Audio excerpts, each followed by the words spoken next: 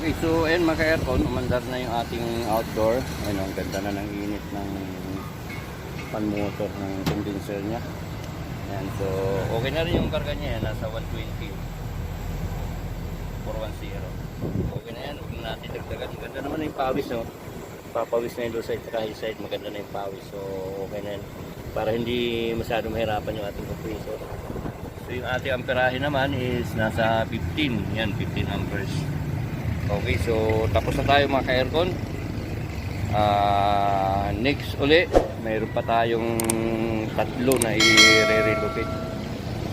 Hanapan din natin kung saan natin ilagay sa rooftop. So thank you very much mga ka-aircon. Tapos na tayo dito sa ating